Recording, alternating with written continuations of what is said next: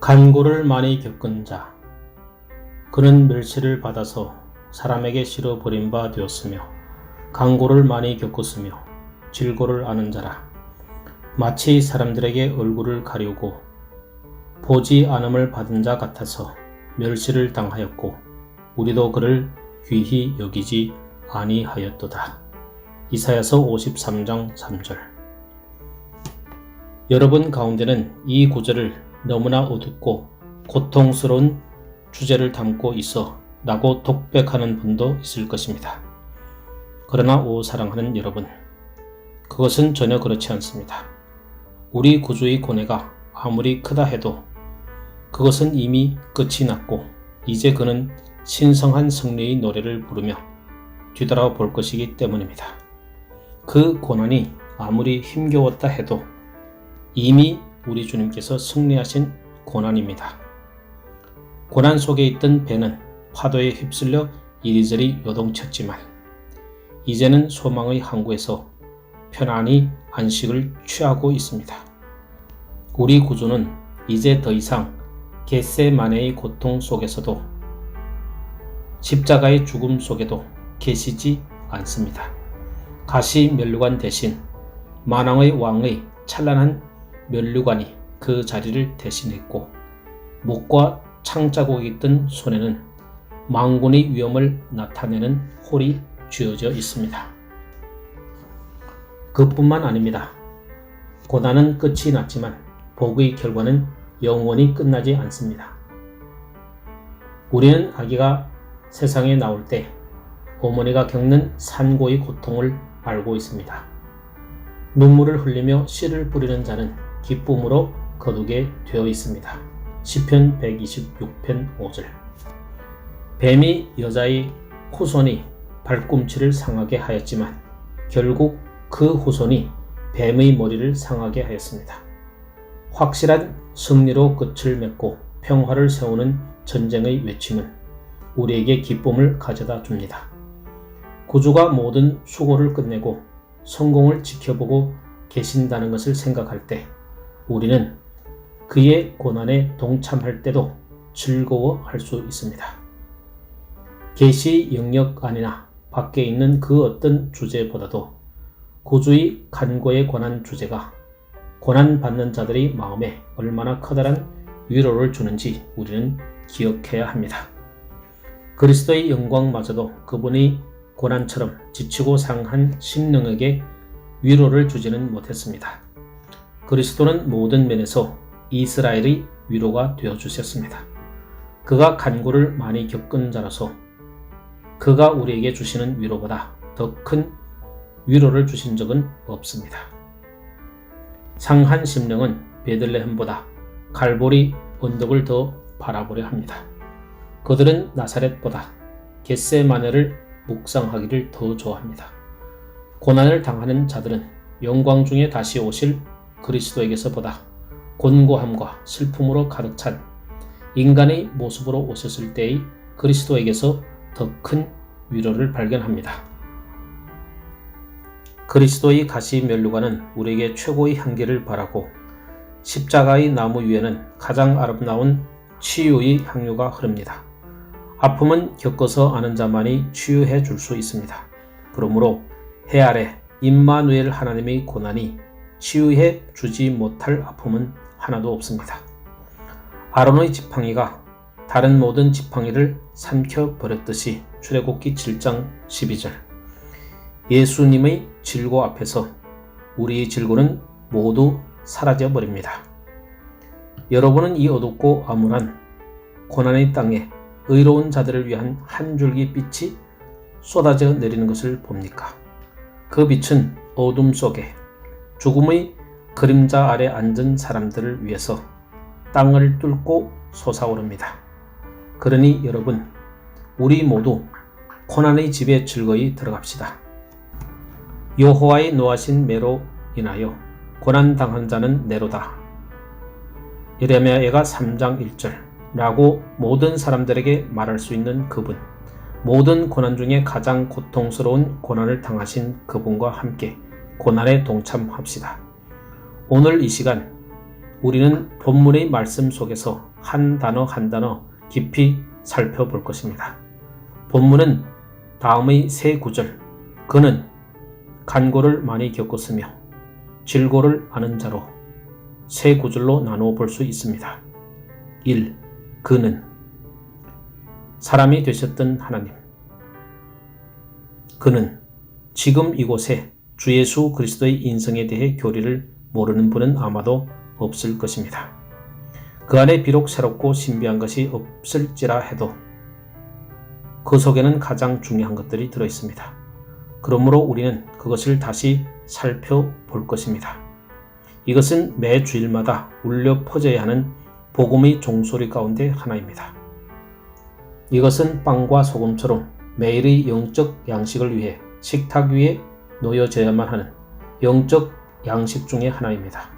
이것은 매일매일 진사면에 내려야만 하는 만나입니다. 우리가 그리스도의 찬송을 받으실 신성과 인성을 아무리 많이 묵상해도 그것은 결코 지나치지 않습니다. 이곳에서 인간이라 불리던 자가 바로 모든 신의 신이시라는 사실을 묵상해 보십시오. 인간이며 간고를 많이 겪은 자인 그는 그러나 동시에 만물 위에 계셔 세세의 찬양을 받으실 하나님이셨습니다. 로마서 9장 5절. 멸시를 받아서 사람에게 실어 버림받은 그는 천사들의 사랑과 경배를 받으셨던 자였습니다. 사람들에게 얼굴을 가리고 보지 않음을 받는 자 같던 그는 천군 천사들의 경배를 받으신 자였습니다. 그것은 그의 신성이 지니고 있는 엄청난 신비입니다. 하나님이 육신으로 나타난 바 되셨습니다. 하나님이셨던 그가, 태초에 하나님과 함께 계셨던 그가 육신이 되어 우리 안에 거하셨습니다. 가장 높으신 자가 자기의 몸을 낮추사 가장 낮은 자가 되셨습니다.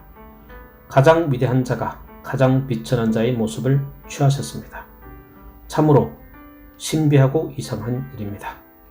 그것을 이해하기 위해서는 우리의 모든 믿음을 동원하지 않으면 안 됩니다. 그러나 수가성의 우물 곁에 앉으셔서 물을 좀 달라 요한복음 4장 7절 라고 말씀하셨던 그 분이 대양의 해협을 만드시고 그 안에 물이 흘러가게 하신 분과 동일한 분이라는 것은 분명한 진리입니다.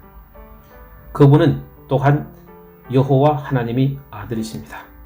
여인의 몸을 빌어 태어나셨지만 그분은 본질적으로 하나님이십니다. 이 시간에 우리는 당신에게 신령과 진정으로 예배를 드립니다. 1. 죄 없으심 외에는 우리와 같은 인간이셨습니다. 예수 그리스도는 하나님이셨지만 동시에 완벽한 인간이셨습니다. 다만 그의 인성 속에는 죄가 전혀 없으시기 때문에 우리 인간성과 완전히 동일하지는 않습니다.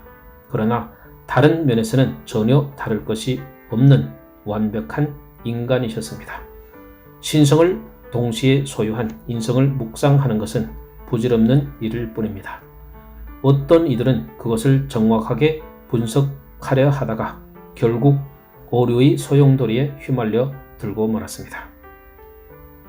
우리에게는 주님께서 여인의 몸을 빌어 태어나셨고 강보에 쌓여 구유에 누워 계셨으며 다른 보통의 아기처럼 어머니의 손길을 필요로 했다는 것을 아는 것으로 충분합니다.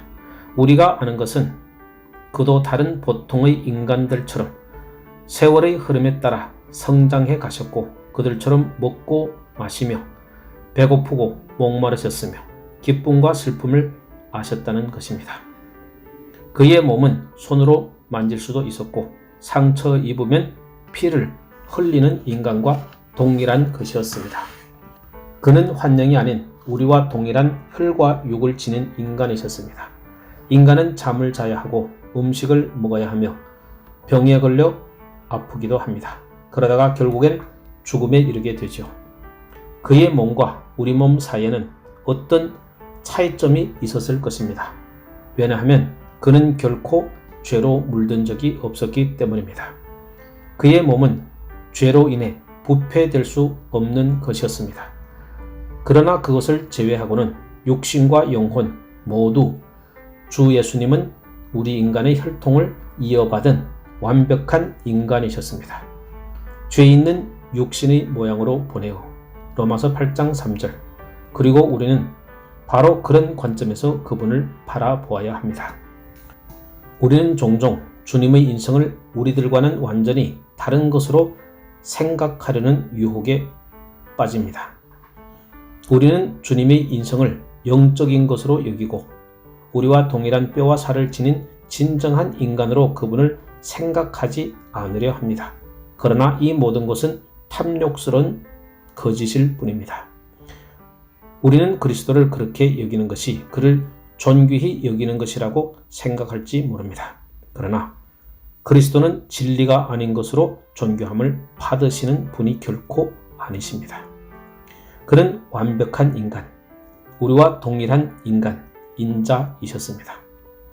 진실로 그는 모든 인류를 대표해 두 번째 아담이셨습니다. 자네들은 혈육에 함께 속하였으며 그도 또한 한 모양으로 혈육에 함께 속하심은 히브리서 2장 14절. 오히려 자기를 비워 종의 형체를 가져 사람들과 같이 되었고 빌립보서 2장 7절. 주 예수께서는 자신을 낮추사 우리와 같은 본성을 지닌 인간으로 이 땅에 오셨다는 사실은 우리로 하여금 그에게 더욱더 깊은 친밀감을 느끼게 합니다. 하나님이신 그가 완전한 인간으로서 히브리인들의 법도를 따라 우리의 친족 중의 친족이 되어 주셨습니다.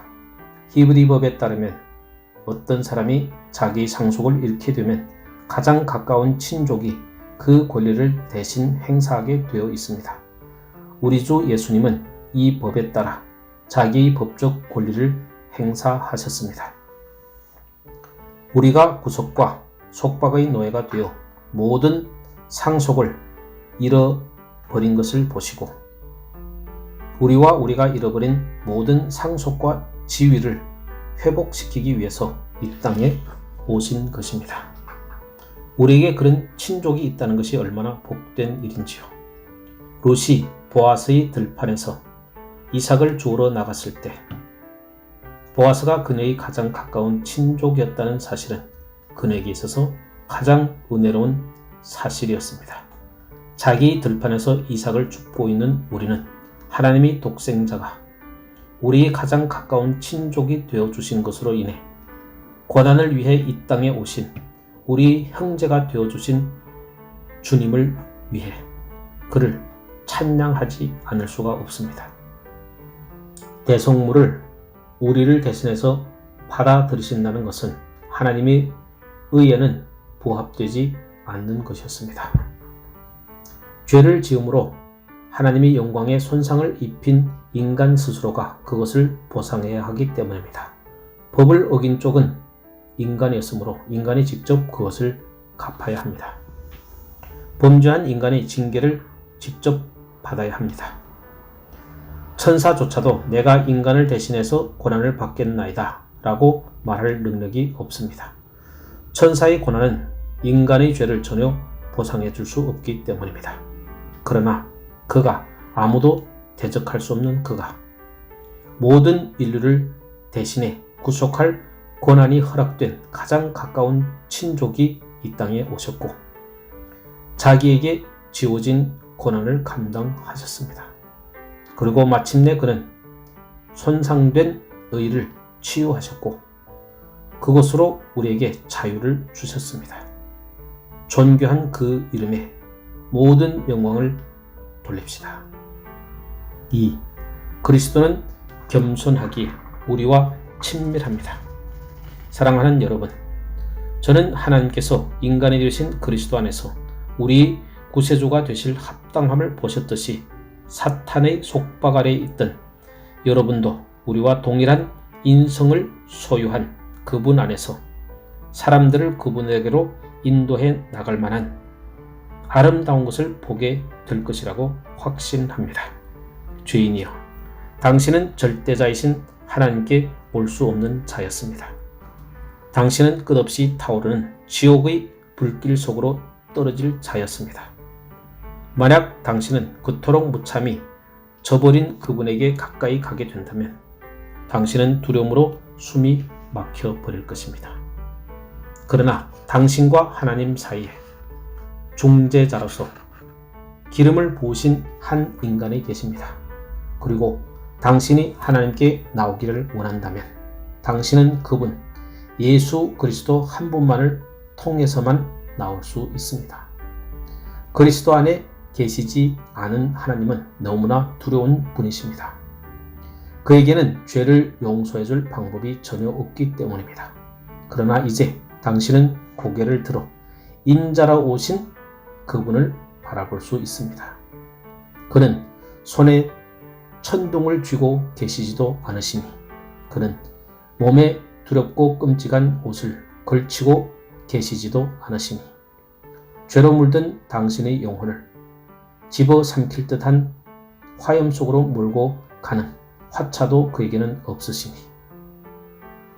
그는 손안에 축복을 가득 안고 연민의 눈물로 두 눈을 적시며 사랑으로 넘쳐나는 입술과 인자함으로 녹아있는 심장을 갖고 계신 인간이십니다.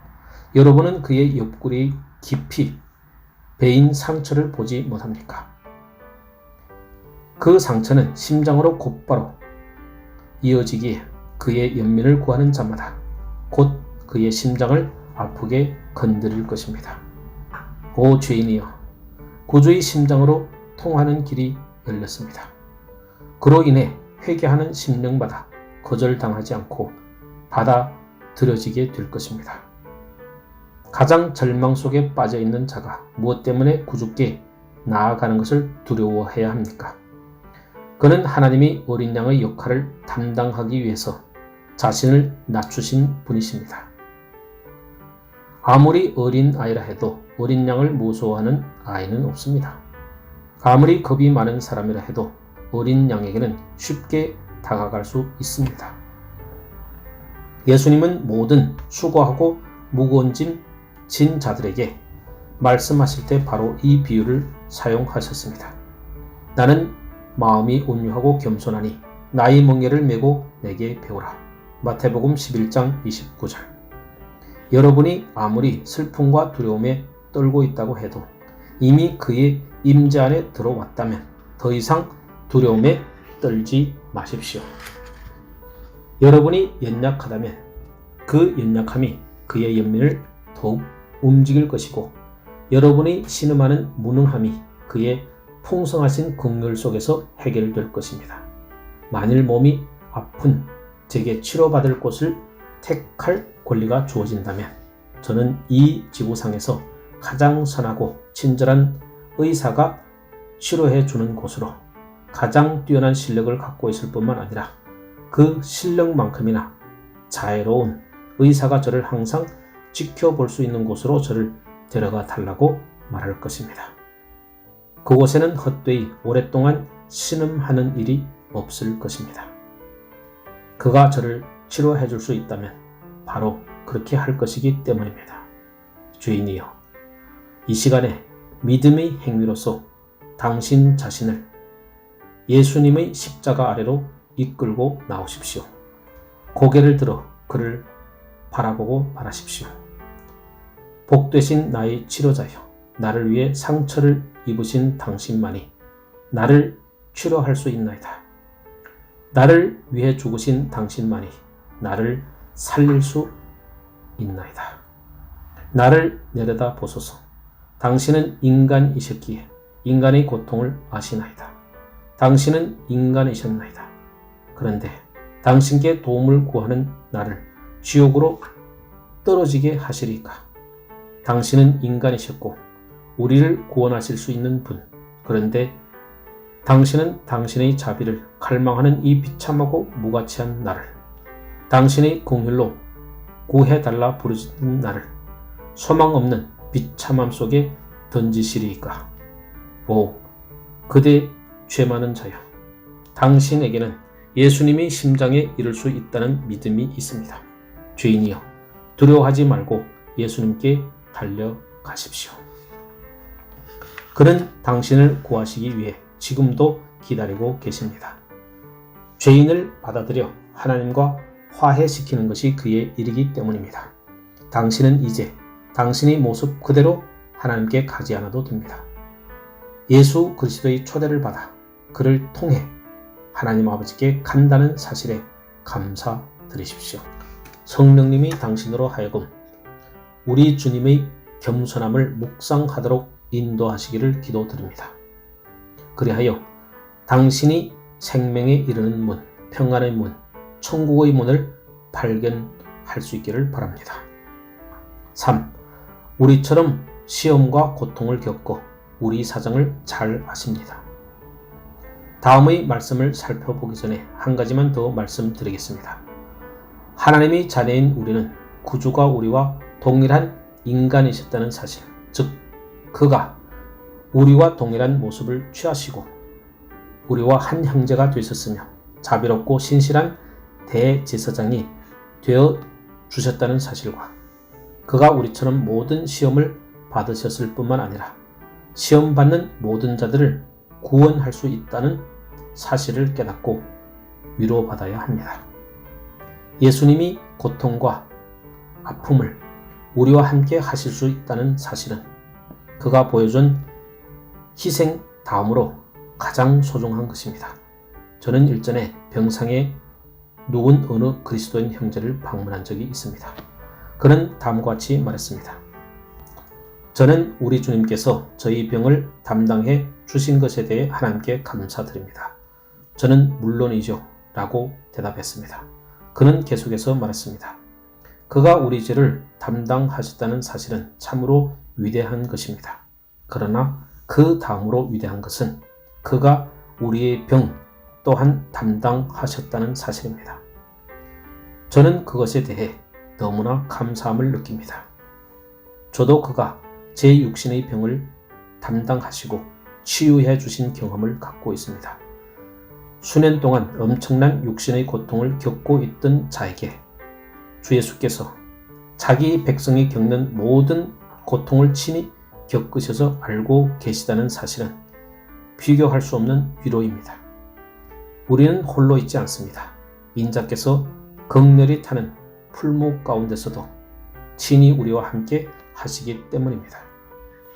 지금 우리 머리 위를 덮고 있는 저 먹구름이 이미 그의 머리 위에 어두운 그림자를 드리웠던 것이었음을 기억하십시오. 그는 시험이 어떤 것인지를 알고 계시다네. 그가 친히 그것을 경험하셨기 때문이라네. 그가 친히 모든 고통을 감당하셨다는 것을 아는 것은 우리에게 얼마나 쓰라린 질고를 요구하는지요. 마케도니아 군인들은 인간이 견뎌낼 수 있는 한계를 초월한 대장정을 감내해야 했습니다. 그러나 그럼에도 불구하고 그들이 지칠 줄 모르는 힘을 소유할 수 있었던 비결은 바로 알렉산더 대왕이 그들과 함께 했다는 사실이었습니다. 그는 그들과 함께 걸었고 그들과 함께 피로를 견뎌내었습니다. 그가 만약 가마에 앉아있는 페르시아 군주처럼 사치와 향락, 안락함에 빠져 있었다면 아마도 군인들은 금세 지쳐버렸을 것입니다.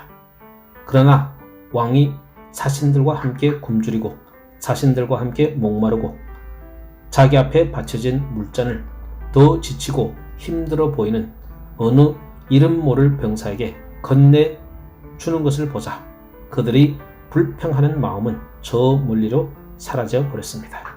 마케도니아 군인들은 알렉산더 대왕이 견딜 수 있다면 자기들도 능히 어떠한 피곤도 견딜 수 있다고 생각했습니다.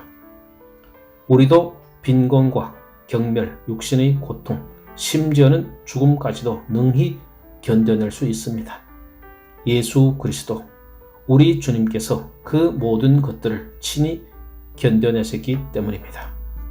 그가 수치를 당하셨기에 우리가 그를 위해 낮아질 수 있는 것은 기쁨이 됩니다. 그의 뺨에 말라버린 침으로 인해 우리가 그를 위한 조롱을 당하는 것은 의가 됩니다. 그가 고문을 당하시고 속임을 당하심으로 인해 우리가 당하는 모욕은 영광이 될 것입니다. 그가 지신 십자가로 인해 우리가 귀한 주님과 그의 위대한 목적을 위해서 기꺼이 바치는 생명은 곧 영원한 생명이 될 것입니다. 이제 간고를 많이 겪은 자가 우리들에게 모습을 드러내시어 우리가 간고를 기쁨으로 견뎌낼 수 있게 해주시기를 기도드립니다. 어떤 곳이건 위로가 존재한다면 그곳은 분명히 십자가에 죽으신 분의 기쁨의 임재 아닐 것입니다. 또 그 사람은 광풍을 피하는 곳, 폭우를 가리우는 곳 같을 것이며 이사야서 32장 2절 2. 간고를 많이 겪은 슬픔의 사람. 계속해서 그 다음에 나오는 말씀을 잠시 묵상해 봅시다. 간고를 많이 겪었으며 이 표현은 강조하려는 의도를 담고 있습니다.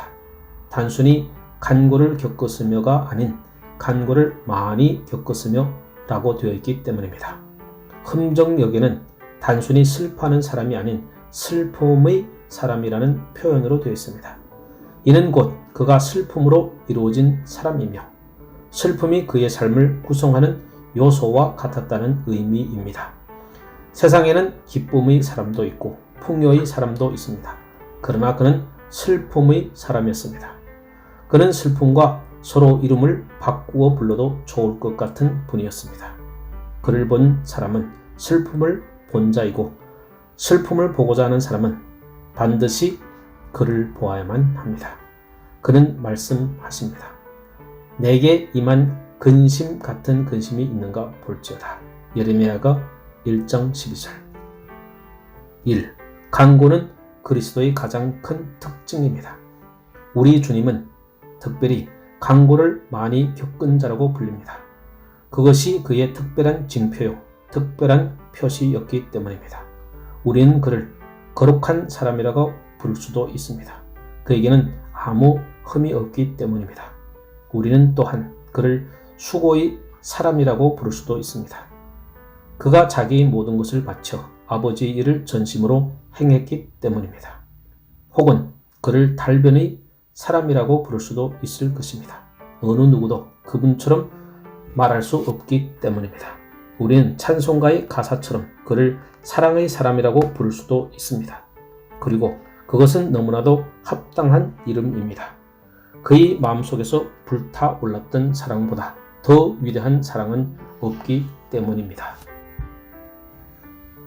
그가 지닌 여러 특성들이 모두 두드러진 것이기는 하지만 누가 우리에게 그리스도를 바라보고 그가 지닌 특성 중에서 가장 두드러진 놀랄만한 특성이 무엇이냐고 질문한다면 우리는 그것은 그의 간고라고 대답할 것입니다. 그의 모든 특성들이 너무나 독특하게 조화를 이루어 그중 어느 하나가 가장 주된 것이라고 말한다는 것은 쉬운 일이 아닙니다. 그의 도덕성을 초상화로 한번 그려본다면 그는 완벽한 눈과 입을 가지고 계십니다. 뺨은 향기로 꽃밭 같고 향기로운 풀 언덕과도 같고 입술은 백합과 같고 몰락의 즙이 뚝뚝 떨어집니다. 아가서 5장 13절. 우리는 때로 베드로에게서 지나친 열정을 봅니다. 또 주님을 향한 요한의 사랑은 하늘로부터 원수들에게 불이 내려오도록 요구하기도 합니다. 누가복음 9장 54절. 모자람과 지나침이 모든 곳에 존재합니다. 그러나 오직 우리 주님에게서는 찾아볼 수 없습니다. 그는 완벽한 인간이셨으며 이스라엘이 거룩한 자였습니다.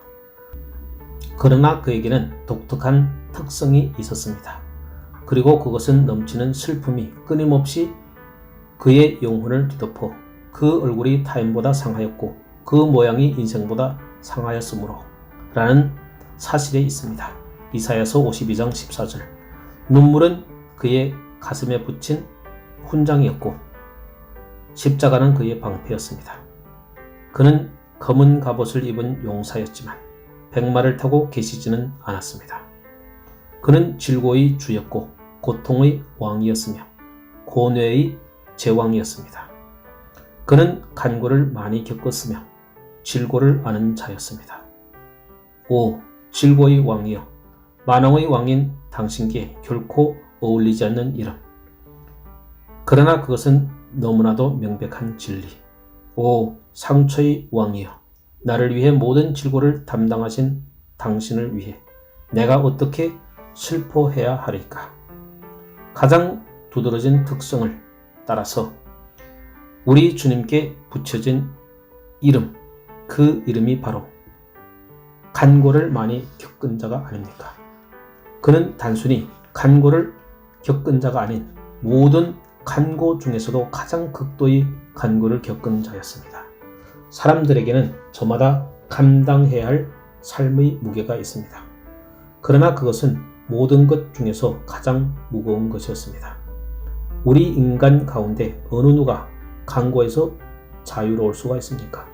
세상을 샅샅이 훑어보십시오. 가는 곳마다 가시와 엉겅퀴가 발견되고 이것들은 모두 여자가 낳은 자를 상하게 하였습니다. 세상에서 가장 높은 곳에도 슬픔이 있습니다. 왕실의 미망인은 죽은 남편을 생각하며 눈물을 흘립니다. 우리가 생각하기에 만족으로 가득할 것 같은 오두막집에도 지독한 궁핍과 잔혹한 압제로 인해 수천 번의 쓰라린 눈물이 흐르고 또 흘렀습니다. 햇살이 가장 찬란한 산등성이에도 꽃 가운데를 기어다니는 뱀이 있고 가장 비옥한 땅에도 몸에 좋은 식물과 더불어서 독초가 무성히 자라납니다. 모든 곳에 남자는 땀을 흘려 수고하고 여자는 눈물을 흘려야 합니다. 바다에도 간고가 있고 육지에도 슬픔이 있습니다. 그러나 이 모든 것보다도 많은 형제 중에 맏아들이 되신 로마서 8장 29절, 그가 훨씬 더 많은 슬픔을 당하셨습니다.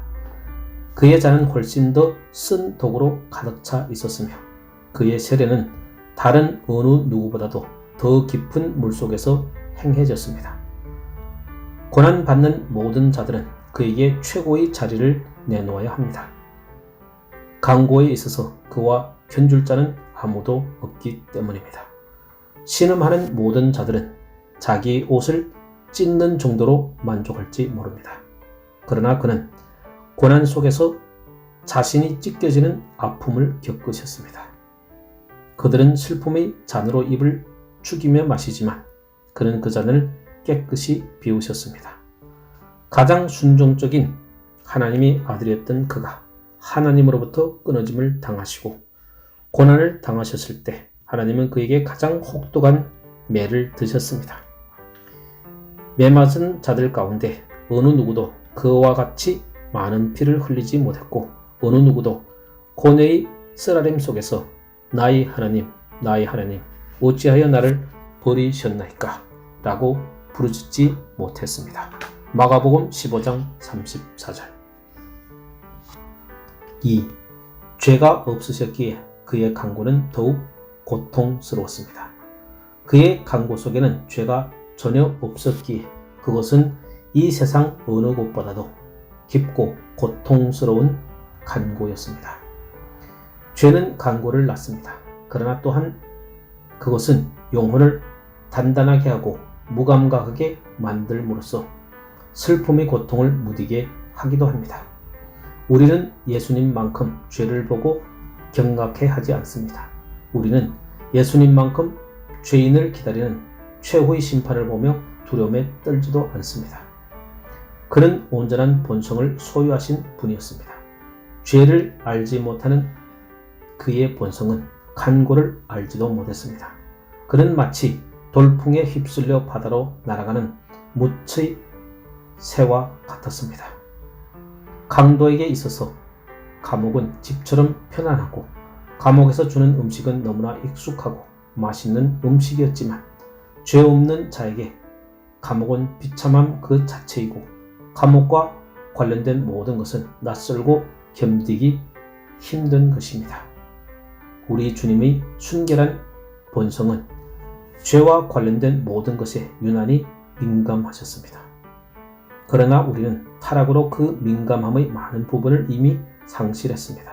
그러므로 우리가 성화되면 성화될수록 죄는 우리에게 비참함을 안겨줍니다.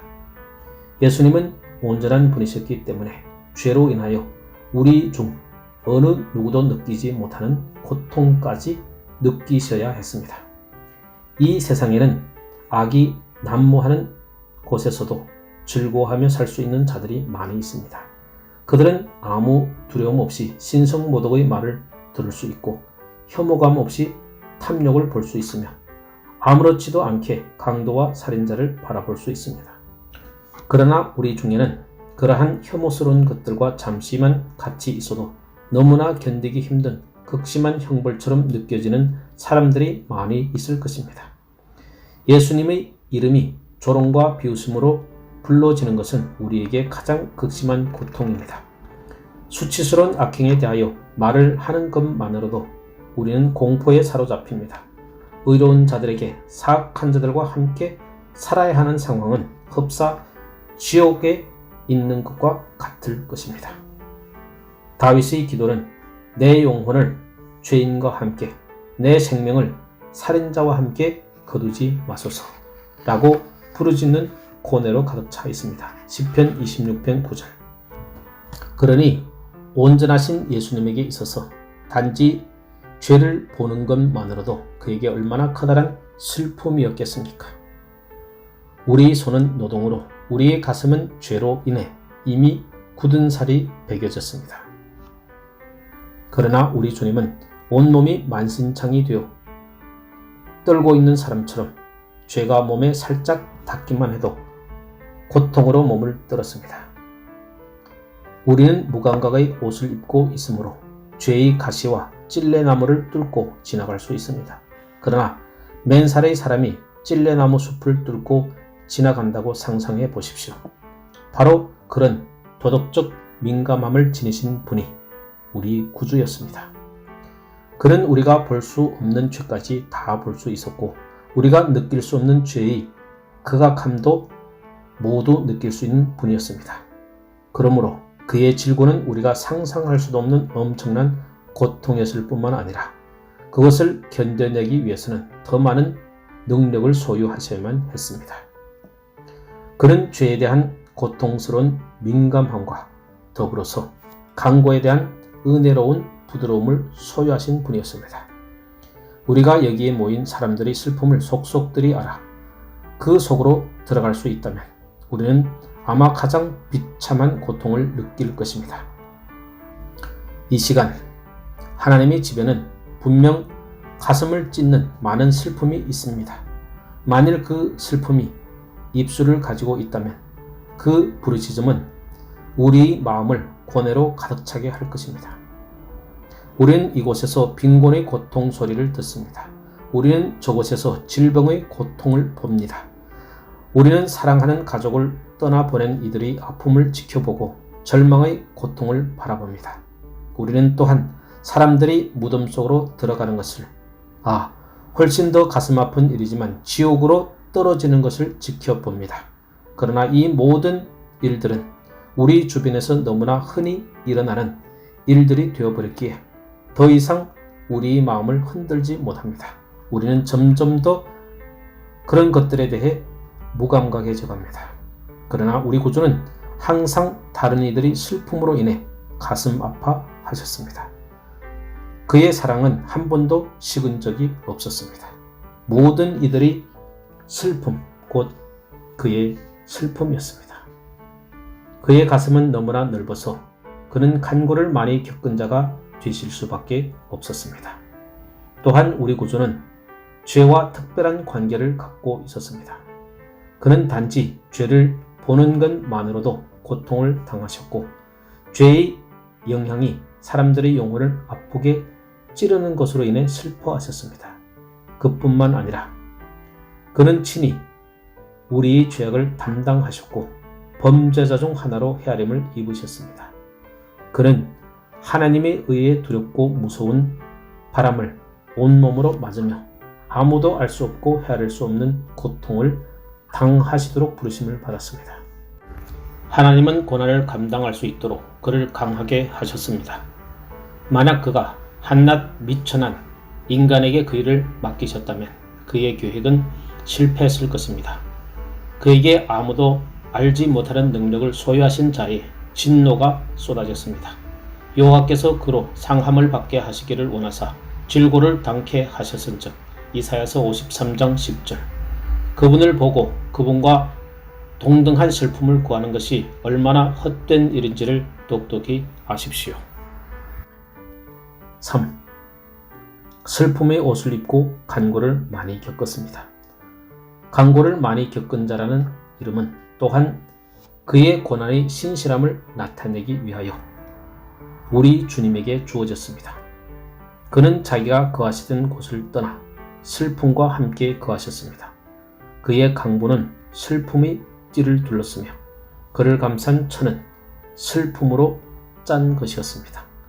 그가 마국간에서 태어나실 때 슬픔이 그를 받았으며 십자가에서 마지막 숨을 거둘 때도 슬픔은 그를 떠나지 않았습니다. 제자들은 그를 버렸지만 슬픔은 그를 떠나지 않았습니다. 그는 자주 사람들과 떨어져 홀로 계셨지만 그때조차도 슬픔은 그를 홀로 두지 않았습니다. 요단강에서 세례를 받을 때부터 고통스러운 죽음의 세례를 받을 때까지 그는 항상 슬픔의 옷을 입으신 간고를 많이 겪은 자였습니다. 그가 겪으신 많은 슬픔으로 인하여 그는 또한 간고를 많이 겪은 자였습니다. 그는 단순히 간고를 겪은 자가 아닌 간고를 많이 겪은 자였습니다. 그는 영혼과 육신의 모든 고통을 알고 계십니다. 순종하기 위해 역동적으로 몸부림치는 인간의 슬픔도, 가만히 앉아 수동적으로 인내하려 하는 인간의 슬픔도, 이스라엘의 왕이셨던 그는 가장 고매한 자의 슬픔도, 물이 둘 곳 없으셨던 누가복음 9장 58절, 그는 가장 가난한 자의 슬픔도 모두 알고 계셨습니다. 관계에서 오는 슬픔, 내면적인 슬픔, 정신적인 슬픔, 영적인 슬픔, 모든 종류의 슬픔이 그를 맹렬히 공격했습니다. 고난은 화살통 안에 들어있는 모든 화살을 그에게 쏘아댔으며 그의 심장은 고통과 슬픔이 관역이 되었습니다. 저는 할 수만 있다면 여러분이 그가 당하신 고난 가운데서 단 몇 가지만이라도 묵상할 수 있기를 간절히 바랍니다. 우리 주님은 그가 겪으신 가난으로 인해 간고를 많이 겪은 자였습니다. 가난 속에 있는 여러분, 여러분이 아무리 가난하다 해도 여러분은 그처럼 비참하지는 않습니다. 그는 머리둘 곳조차 없으실 만큼 가난하셨습니다. 그러나 여러분에게는 아무리 보잘것없는 것이라 해도 최소한 몸을 쉴 만한 지붕이라도 있습니다. 여러분은 물 한 잔을 달라고 했을 때 거절당한 경험은 아마 없을 것입니다. 그러나 우리 주님이 사마리아 우물가에 앉으셔서 내가 목마르다 라고 말씀하셨을 때 그분은 아마도 몹시 시장하셨을 것입니다. 그는 너무나 많은 일들을 하셨기에 항상 피곤하셨습니다. 제자들이 예수님을 배로 모시고 갔던 장면에서도 우리는 그가 홀로 배가 가실 수 없을 만큼 피곤하셨음을 알 수 있습니다. 그래서 제자들은 그분을 배로 모시고 가 고물에 뉘어드렸습니다. 예수님은 그곳에서 이내 잠이 드셨습니다. 그러나 그것도 그리 오래가지는 못했습니다. 얼마 지나지 않아 제자들이 선생님이여 우리 죽게 된 것을 돌보지 아니하시나이까 라고 외치면서 그분을 깨웠기 때문입니다. 마가복음 4장 38절. 그의 삶은 인생을 견딜 수 있게 하는 세상의 위로라고는 전혀 찾아볼 수 없는 고된 것이었습니다. 여러분에게 이제 막 또 다른 주인이 묻힐 무덤 앞에서 눈물을 흘리며 통곡했던 기억이 한 번쯤은 있을 것입니다. 우리 구주는 가슴을 찢는 사별의 고통을 알고 계십니다. 그는 나사로의 무덤에 서서 눈물을 흘리신 분이었습니다. 아마도 예수님이 겪으신 슬픔 가운데 가장 고통스러웠던 것은 그의 은혜로운 사역으로 인한 고통일 것입니다. 그는 하나님이 보내신 메시아로 사랑의 사절로 오셨습니다. 그러나 그는 사람들에게 싫어 버림바 되었습니다. 그가 유년 시절을 보내고 이름이 널리 알려지기도 했던 고향에 갔을 때 사람들은 그 동네에서 건설한 산 낭떠러지까지 끌고 가서 그를 밀쳐내고자 했습니다. 사랑을 받았음에도 불구하고 감사할 줄 모르는 사람들을 만나는 것은 마음을 무척이나 힘들게 하는 일입니다. 그러나 사람들은 단순히 냉담한 거절에만 머물러 있지 않았습니다. 그들은 예수님을 조롱하고 비웃기까지 했습니다. 그들은 온갖 경멸의 말을 그에게 퍼부어댔습니다. 아니, 그것은 단순한 경멸 정도가 아니었습니다. 그들은 거짓과 비방, 신성모독까지 일삼았습니다. 그들은 그를 술 취한 자라고 불렀습니다. 들을지어다 천사들이여, 그리고 놀랄지어다. 그렇습니다. 그들은 찬송받으실 생명의 왕을 술 취한 자라고 불렀습니다. 그들은 그를 바알세불과 비교했습니다. 마태복음 12장 24절. 사람들은 악한 영에 사로잡혀 있었지만 예수님은 사탄의 간교를 무찌르기 위해 이 땅에 오셨습니다. 사람들은 생각할 수 있는 모든 죄목을 그에게 씌워 고소했습니다. 그는 한마디도 말하지 않았지만 사람들은 그것을 가지고도 그에게 대적했습니다. 그들은 모든 교리를 왜곡했습니다. 그는 아무 말도 하지 않았지만 사람들은 그의 말 속에서 고소할 만한 거리를 찾기에 바빴습니다. 그러나 그는 모든 면에서 그들의 장점만을 찾았을 뿐 비방의 말은 단 한마디도 하지 않았습니다. 그가 악과 맞선 것은 그들의 영혼을 향한 애통하는 심령에서 비롯된 것이었습니다. 그가 그들의 죄를 정죄한다면 그것은 죄가 그들을 파괴할 것이기 때문입니다.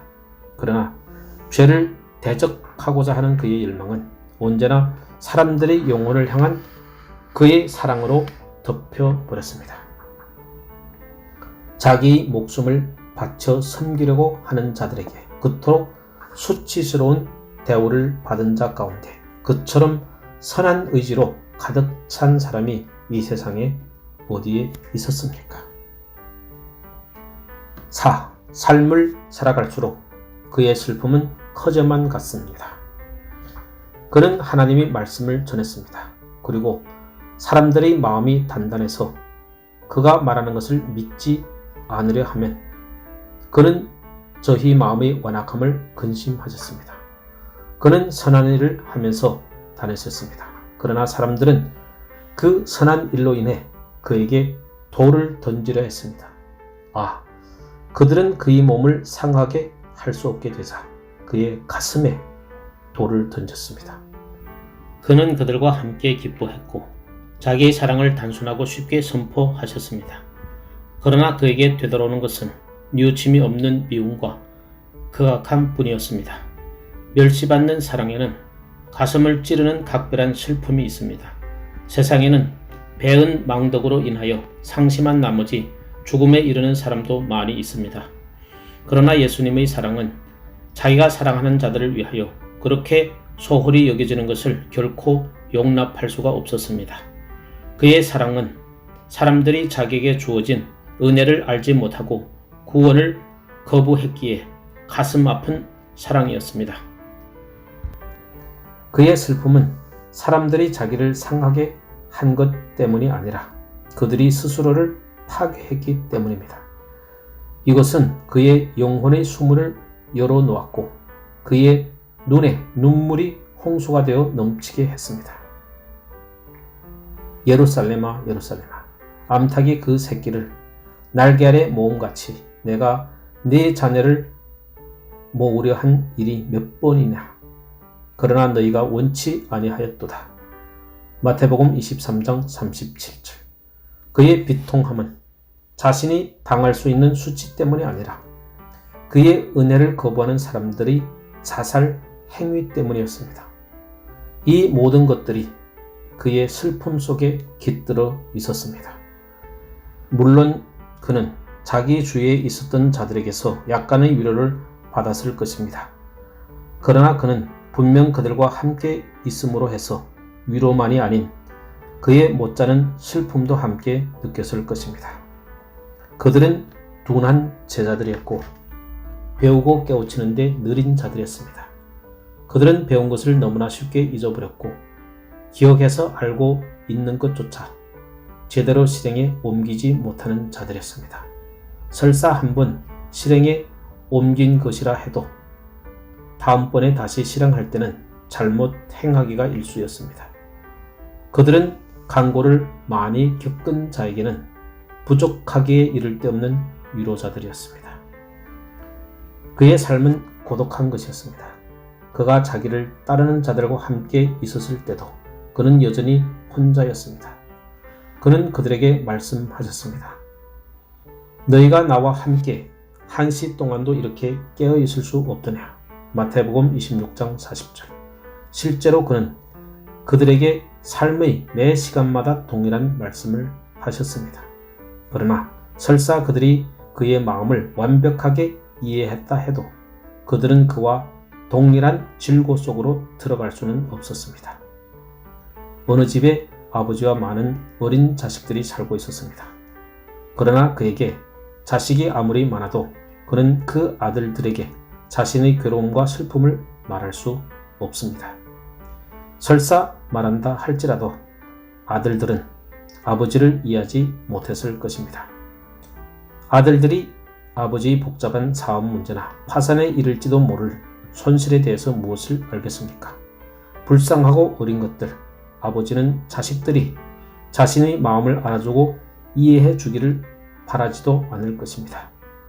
그는 아이들을 내려다보고 장난감을 가지고 행복하게 노는 모습을 보며 즐거워할 것이고 꼬마 아이들의 제잘거림이 자신의 괴로움으로 인해 깨어지지 않기만을 바랄 뿐입니다. 구주는 그가 지닌 본성의 위험으로 인해 홀로 고난을 받으셔야 했습니다. 그리스도가 십자가에 매달려 있는 산 언덕이 저에게는 그가 이 세상을 살다간 삶의 모습을 보여주는 상징처럼 보입니다. 그의 위대한 영혼은 극도의 고독과 숭고함, 처절함 속에서 살았고 그 고난의 한밤중에 그의 영혼은 아버지와 교통했으며 어느 누구도 그가 담당한 어두운 계곡과 그늘진 골짜기 속에 들어가 그와 함께 거할 수 없기 때문입니다. 고독한 생애의 싸움을 싸운 그는 어떤 의미에서는 인간 가운데 나와 함께 한 자는 아무도 없다라고 말씀하실지도 모릅니다. 그리고 그것은 또한 사실이기도 합니다. 사람들은 모두 그를 버렸기 때문입니다. 어떤 이는 그를 부인했고 또 어떤 이는 그를 배반했습니다. 그리하여 결국 그는 홀로 그 모든 짐을 감당하셔야만 했습니다. 5. 최고의 강고는 우리를 대신한 징계였습니다. 마지막으로 그가 겪으신 삶의 최고의 강고는 하나님으로부터 받은 형벌, 즉 우리로 하여금 평화를 누리게 하기 위하여 그에게 내려진 징계였습니다. 유대 관원들이 그에게 다가오기 전에 이미 그는 하나님의 관원들에 의해 겟세마네 동산에서 사로잡히 있었습니다. 땅에서 그가 무릎을 꿇고 땀이 땅에 떨어지는 핏방울같이 되도록 기도하는 가운데서 씨름하셨을 때 그의 영혼은 심히 고민하여 죽게 되었을 정도였습니다. 여러분은 주님이 겪으신 간고에 대해서 읽어보면서 그가 법정에서 법정으로 얼마나 황급히 끌려다녔는지, 각 재판관 앞에서 그가 얼마나 극한 조롱과 잔혹함으로 대해졌는지를 잘 알고 있습니다. 사람들은 그를 헤롯과 빌라도 앞에 끌고 와 거의 죽을 듯이 채찍질하고는 그를 앞으로 세우며 헤케 오모, 즉 보라 이 사람이로다 라고 말했습니다. 요한복음 19장 5절. 그들의 증오심은 만족을 몰랐습니다. 그들은 더 나아가 그를 십자가에 못 박으라고 소리쳤습니다. 그리고는 열로 인해 입술이 바싹 마른 그를 조롱하며 몸이 부서질 것 같은 고통을 그에게 가했습니다. 그는 말씀하셨습니다. 내가 목마르다. 그러자 군병들은 그에게 신포도주를 주며 희롱했습니다. 그 나머지 부분은 여러분도 알고 있을 것입니다. 그러나 저는 하나님이 손이 그를 상하게 하고 의의 쇠채찍이 그의 몸을 칼기갈기 찢어 놓았을 때 그 안에 담겨져 있는 가장 고통스러운 채찍질과 통렬한 슬픔을 여러분에게 상기시켜 드리기를 원합니다. 그가 간고를 많이 겪은 자라고 불리는 것은 너무나 합당합니다. 저는 이 주제에 대해 이야기하려고 할 때마다 혀가 묶인 듯하고 아무 말도 할 수 없을 것처럼 가슴이 저려움을 느낍니다. 저는 이 주제를 전달할 만한 합당한 단어를 찾지 못합니다. 그러나 저는 이 세상의 그 어떤 수식어도 우리 주님의 고통을 더 잘 표현해 주기는커녕 오히려 그 의미를 더욱 감소시킬 뿐이라는 것을 알고 있습니다. 그러니 그저 십자가만을 숭고하게 바라봅시다. 그것은 아무런 장식도 필요로 하지 않습니다. 제게 십자가 주의를 장식할 가장 화려한 활이 있다면 저는 기쁜 마음으로 주의를 장식해 놓을 것입니다. 제게 가치를 헤아릴 수 없을 만큼 값진 보석으로 이루어진 화환이 있다면 저는 십자가야말로 그 모든 것을 받을 만한 가치가 있다고 여길 것입니다.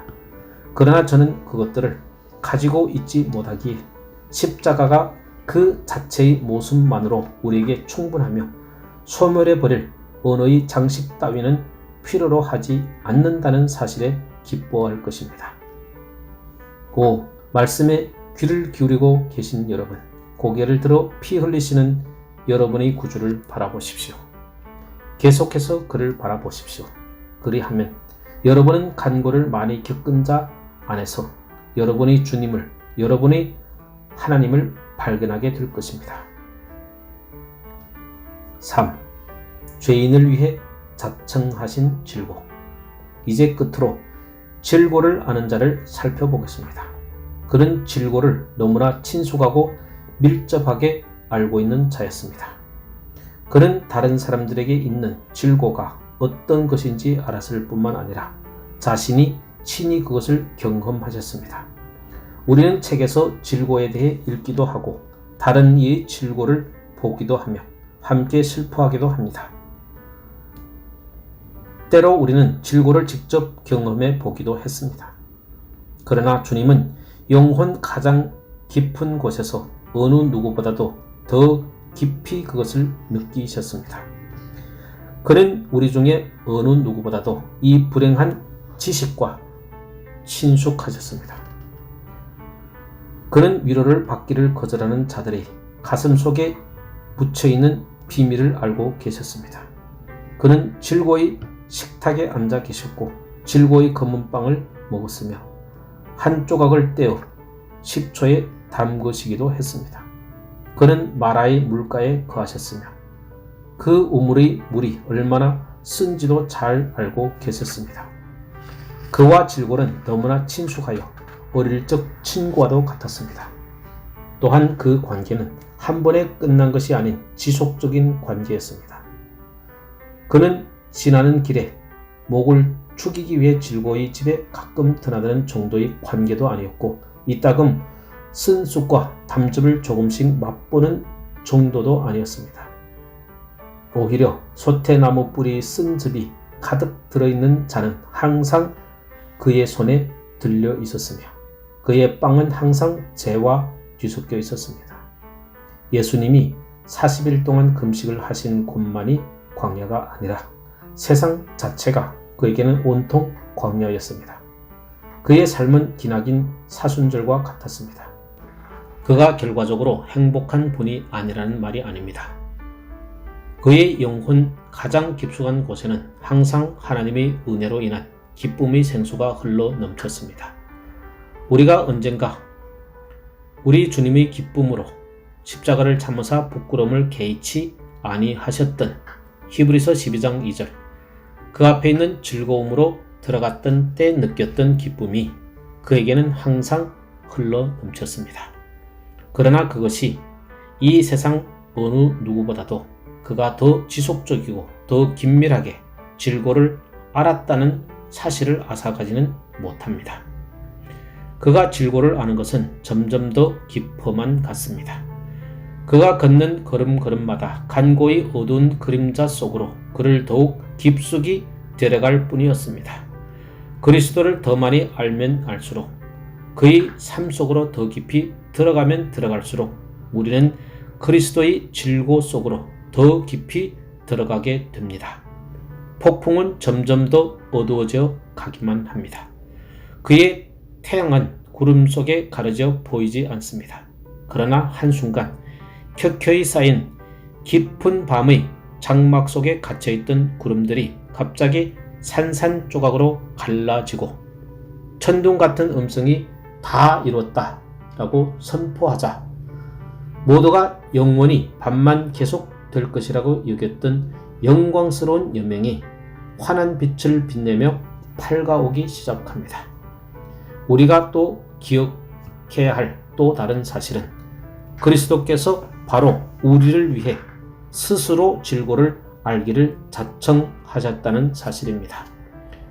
그는 질고를 알 필요가 전혀 없는 분이었습니다. 그리고 매 순간마다 질고의 작별을 고할 수도 있는 분이었습니다. 그는 당장이라도 하늘의 보좌와 영광 속으로 되돌아갈 수도 있었고 세상 속에서도 인간의 고통, 슬픔과는 전혀 무관하게 고귀한 삶을 사실 수도 있었습니다. 그러나 그는 그렇게 하지 않으셨습니다. 그는 우리를 향한 사랑으로 끝까지 질고를 아는 자로 남아 계셨습니다. 4. 간고를 많이 겪은 자에게 모든 것을 드려라. 이제 우리는 어떤 결론을 맺어야 할까요? 오직 한 가지뿐입니다. 예수님의 놀라우신 사랑을 찬양합시다. 5. 놀라우신 당신의 사랑이요. 당신이 우리를 위해 무슨 일을 하셨는지요. 당신이 하신 일을 우리는 도저히 감당하지 못하겠나이다. 당신은 모든 고난을 알고 계십니다. 우리가 결코 견딜 수 없는 고통을 당신은 감당하셨고 우리들은 결코 견딜 수 없는 오해와 비방과 배은 망덕을 당신은 견뎌내셨습니다. 이 모든 것들은 불침을 쏘는 두려운 왕벌과 같습니다. 사람들은 악의에 찬 혀에서 뿜어져 나오는 잔인하고 악한 소문에 광분해합니다. 그러나 그리스도는 그의 삶을 통해 줄곧 이런 모든 고난을 감당하셨습니다. 그가 얼마나 우리를 사랑하셨는가를 묵상하며 우리도 그분을 사랑합시다. 오늘 이 시간 여러분이 교제의 식탁에 나오기 전에 여러분의 영혼을 그리스도의 사랑에 흠뻑 젖게 하지 않으시렵니까? 스펀지처럼 여러분의 영혼 깊은 곳까지 예수님의 사랑을 흠뻑 빨아들일 수 있도록 이 시간 내내 그의 사랑 안에 흠뻑 잠기십시오. 그리고 밤이 되어 여러분이 그의 식탁에 앉아 그의 죽음과 사랑에 동참하는 동안 그 사랑이 다시 그에게로 흘러 넘쳐 나가게 하십시오. 그의 사랑의 능력을 찬양하십시오. 그리고 여러분이 그의 능력 안에서 그와 같은 사랑을 소유하게 해달라고 기도드립시오. 우리는 때로 하나님의 교회가 왜 그렇게 느리게 성장하는지 의아해합니다. 그러나 저는 하나님의 교회 안에서 그리스도를 닮아가는 성화가 얼마나 빈약하게 일어나고 있는지를 생각해 볼 때 그것은 당연한 결과라고 생각합니다. 예수님은 간고를 많이 겪었으며 질고를 아는 자였습니다. 그러나 영원히 그와 함께 하겠다고 고백했던 그의 제자들은 자신만을 위해 살고 있습니다. 스스로를 성도라고 자칭하고 사람들 또한 그렇게 여기는 부자들이 있습니다. 그러나 그들의 보물은 자기 자신과 가족들만을 위해 쓰여질 뿐입니다. 스스로 그리스도의 핏값으로 산 자라고 여기는 능력 있는 사람들이 있습니다. 그러나 그들의 능력은 모두 다른 것들을 위해 바쳐질 뿐 주님을 위해서는 조금도 들여지지 않습니다. 더 가까이 우리 주변을 살펴볼까요? 여기 우리가 있습니다. 우리는 무엇을 하고 있습니까? 당신은 학교에서 아이들을 가르치고 있습니까? 당신은 예수님을 위해 온 마음을 들여 그 일을 하고 있습니까? 혹 당신은 거리에서 말씀을 전하는 자입니까? 그러나 당신은 과연 그를 위해서 당신의 영혼을 그곳에 바치고 있습니까? 그렇지 않다면 당신은 아무것도 하고 있지 않다고 고백해야 합니다. 당신이 주님을 위해서 무엇인가를 시작하지 않고서 오늘이 다 지나가게 하지 마십시오. 우리는 항상 교회가 이런저런 일을 해야 한다고 이야기합니다. 교회가 무엇입니까? 우리는 그 추상적인 의미에 대하여 좋은 것이건 좋지 않은 것이건 너무나 많은 이야기들을 합니다. 그러나 분명한 사실은 우리는 각각의 개별적인 한 사람이라는 것입니다. 교회는 그 각각의 개별적인 한 사람이 모인 집단입니다. 그러므로 교회가 어떤 선한 일을 하고자 한다면 그것은 바로 우리 각각의 한 사람에 의해 이루어져야 합니다. 따라서 각각의 한 사람들이 모두 게으르고 나태하다면 일하고 움직이는 교회는 하나도 없을 것입니다. 사역이라고 착각할 만한 일은 일어날지 모릅니다. 그러나 그것은 진정한 사역이 아닙니다. 형제 자매 여러분, 당신은 예수님을 위해서 무엇을 하고 있습니까? 저는 그의 손에 난 못자국으로 여러분을 촉구합니다. 여러분이 그분에게 거짓을 구하는 자가 아니라면 그를 위해 땀을 흘려 수고하십시오. 저는 상처로 피 흘리는 그의 발로 여러분을 촉구합니다.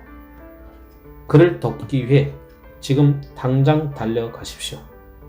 저는 그의 옆구리의 베인 상처로 여러분을 촉구합니다. 그분께 여러분의 마음을 들이십시오. 저는 또한 가시에 찔린 그의 성스러운 무리로 여러분을 촉구합니다. 그분께 당신의 생각을 들이십시오.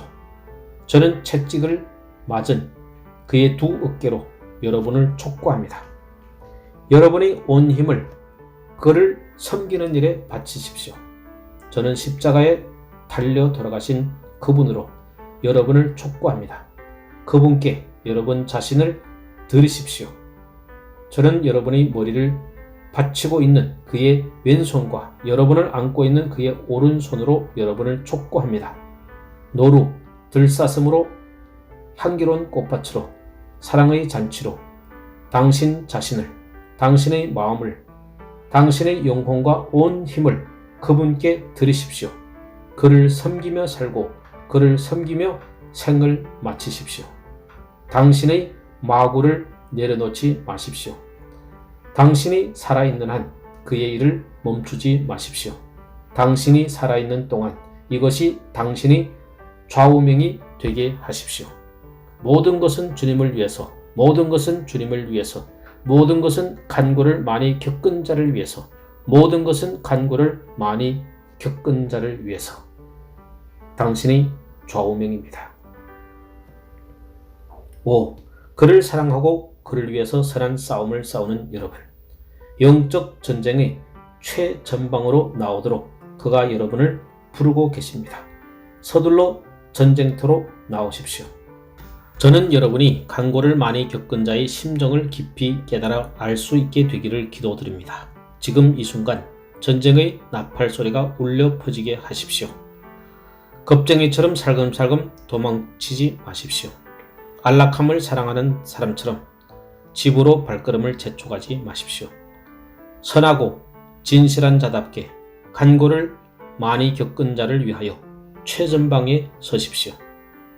그가 달렸던 십자가와 그가 지고 갔던 그 무거운 십자가와 그의 죽음의 고통과 삶의 고뇌를 가지고 저는 간고를 많이 겪은 자를 위하여 앞으로 진격하라 고 외칠 것입니다. 간고를 많이 겪은 자라는 글귀를 여러분이 몸에 새기고 주 예수님이 표시를 지니십시오. 여러분이 몸이 아니라면 여러분의 영혼에라도 그 이름을 새겨 넣으십시오. 그렇게 함으로써 여러분은 간고를 많이 겪은 자를 섬기는 자가 될 것이기 때문입니다. 이것을 여러분의 재물에 기록하고 이것은 간고를 많이 겪은 자의 것이다 라는 비문을 여러분의 모든 소유물과 함께 묶어 두십시오. 애국심이 넘치는 노인이 자기 아들을 나라의 적과 싸우도록 전쟁터에 내보내듯이 여러분의 자녀를 간고를 많이 겪은 자에게 드리십시오. 매 시간을, 매 순간을 간고를 많이 겪은 자에게 드리십시오. 그의 이름을 위하여 모든 것을 하고 간고를 많이 겪은 자를 위하여 먹고 마시고 잠자는 법을 배우십시오. 그를 위해 사십시오. 그리고 그를 위해 기꺼이 죽을 준비를 하십시오. 그리하면 주님께서 간고를 많이 겪은 자를 위해 여러분을 받아들이실 것입니다. 아멘.